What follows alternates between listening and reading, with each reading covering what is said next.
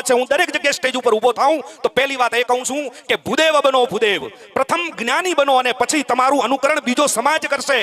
ભલા માણસ આપણા ઘરે ડેકલા વાગે ને ભૂવા ધૂણે તો તમે શું માનો છો કે બ્રહ્મ સમાજમાં આપણને શોભે એવું કામ છે? અન્ય સમાજને જ્ઞાન આપવા વાળો સમાજ જ્યારે ડેકલાના તાલે ધૂણવા માંડે ને ત્યારે ગણવાનું કે આપણા પેઢીનું ક્યાંક પૂન ખૂટી ગયું છે. આવા રવાડે ક્યાંય ચડતા નહીં, કારણ કે આપણે બીજાને વેદોનું જ્ઞાન આપીએ છીએ, આપણે બીજી સમાજને ધર્મનું જ્ઞાન આપીએ છીએ, રામાયણનું જ્ઞાન આપીએ છીએ, હોમ હવન કરીએ છીએ. આ તો આપણે હોમ હવન છોડી દીધા. બાકી પુરોહિત જ એને કહેવાય જે યજ્ઞ કરતો હોય એ રાજપુરોહિત છે. તો આપણી જાતને ક્યારે આપણે ભૂલીએ નહીં અને આ ખોટા રિવાજોમાં ક્યાંય તણાઈએ નહીં. સાચું બોલજો, આમાંથી બર્થડે કેટલા ઉજવે છે બાળકો? માતાઓ પણ એટલા શોખીન હોય છે કે મારો દીકરો હેપી બર્થડે તો કરવો જોઈએ. હું તમને કારણ બતાવું હેપી બર્થડે નું. હું લગભગ દરેક જગ્યાએ કહું છું, મહેન્દ્રભાઈ ક્યારેક સાઉન્ડ લઈને હોય, લગભગ દરેક જગ્યાએ મારી આ વાત થતી હોય છે. સાહેબ, આપણા ધર્મની અંદર ભગવાનની સામે દીવો કરીએ અને દીવાનો પ્રકાશ થાય તો સુકન માનવામાં આવે, ને જો દીવો ઝાપટું આવે પવનનું ને જો ઓલવાઈ જાય તો એ અપસુકન છે. કેટલા માને છે? આમાં મારી ખોટી વાત હોય તો કહેજો. તમારા ઘરે કુળદેવીને દીવો કરો અને દીવો જો ઓલવાઈ જાય તો સાહેબ અપસુકન છે, સુકન નથી. હવે આવો બર્થડે ઉપર. બર્થડેમાં આયા, પેલા પોદલા જેવો કેક ખડક્યો, ઉપર રંગીન રંગીન ચોકલેટ નાખી, મીણબત્તીઓ ઉપર 4 ગોઠવી અને પછી પાછા ફૂં ફૂં કરીને મીણબત્તી ઓલવે, કાપે, મોઢે ચોપડે અને પછી ખાય. શું માનો છો આપણી સંસ્કૃતિ છે? પછી પાછા કે હેપી બર્થડે ટુ. મરી જા ઢાંકણીમાં પાણી લઈને છાનું માનું. શું હેપી બર્થડે ટુ યુ? ભલા માણસ, જન્મ દિવસ આપણો ન ઉજવાય, મારા રામ નો ઉજવાય, મારા કૃષ્ણ નો ઉજવાય, મારા શિવ નો ઉજવાય, મહારાણા પ્રતાપ નો ઉજવાય, શિવાજી નો ઉજવાય. આપણે શું મહાન કામ કર્યા છે કે આપણે જન્મ દિવસ ઉજવી શકીએ? અને છતાંય ઉજવવો હોય તો ઉજવો, 100% ઉજવો. પણ કેવી રીતે? ભગવાનને આગળ દીવો ધરો, ઘરે માતર બનાવો, પેંડા બનાવો, ભગવાનને એનું ધૂપ આપો. સમાજમાં જેટલા વડીલો છે, માતાઓ છે, મોટા વડીલો છે, એમને બાળકને પગે લગાડતા શીખવાડો, એનું સન્માન કરતા શીખવાડો. અને પોતે ધોતી પહેરીને જો છોકરો હોય તો એને બાઈ હોય તો માથે ઓઢીને અને પછી મા બાપના આશીર્વાદ લે અને આજુબાજુમાં એ પ્રસાદીને વેચે ને તો એને કહેવાય જન્મદિવસ ઉજવ્યો. બાકી ફૂં ફૂં કરીને આપણે જે હેપી બર્થડે ટુ યુ કહીએ છીએ ને એને જાકારો આપજો. એના કરતા એક ખતરનાક રિવાજ આવ્યો પાછો બીજો.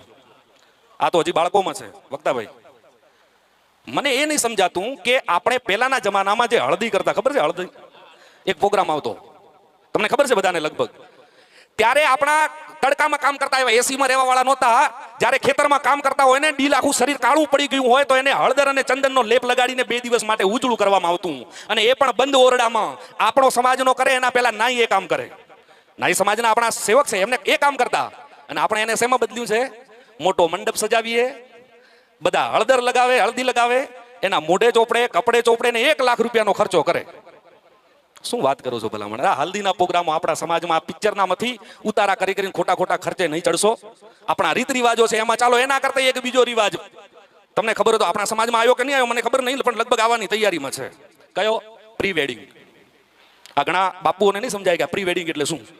બાપુ, એ પ્રી વેડિંગ એવું છે કાકા કે લગ્ન થાય ને, લગ્ન એના પહેલા છોકરો ને છોકરી ફરવા માટે જાય અને 2 દિવસ એકલા રોકાઈને ત્યાં ફોટોગ્રાફી કરે, વિડીયો ચાલુ કરે.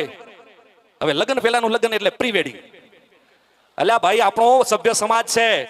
દીકરી લગ્ન કરીને ગઈ હોય ને ચૂડલો પહેર્યો હોય તો 6-6, 12 મહિના સુધી એ ચૂડલો એના બાપને બતાવે. એ સમાજ આપણો છે.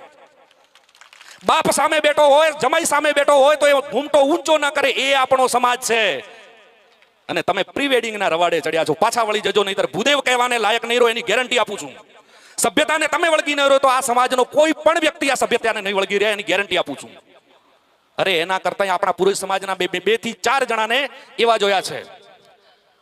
ગર્ભ ધારણ કરે તો તમને ખબર છે કે જ્યારે દીકરી પેટથી હોય અને પિયરથી જ્યારે સાસરે જાય તો સાસરી પક્ષવાળા લેવા આવે અને કિલો ગોળ સાઈડમાં રાખે, રસ્તામાં જે પેલું મળે એને આપી દે, મીઠું મોં કરાવે અને સુકન લઈને જાય.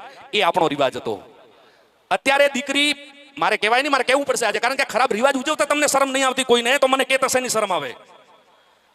પેટ ઉગાડું રાખીને એનો જમાઈ એને બાજુમાં હાથ રાખીને ઊભો રહે અને પછી 2-4 ફોટા પડાવે અને પાછા ન્યૂ બેબી બર્ન એવા કઈ મેસેજ મૂકે. ભલા માણસ, મરી જાઓ. શિવાજીના પેટે, માં જીજાબાઈના પેટે શિવાજી ત્યારે જન્મ્યા કે જ્યારે એને રામાયણ વાંચી ગર્ભાવસ્થા દરમિયાન.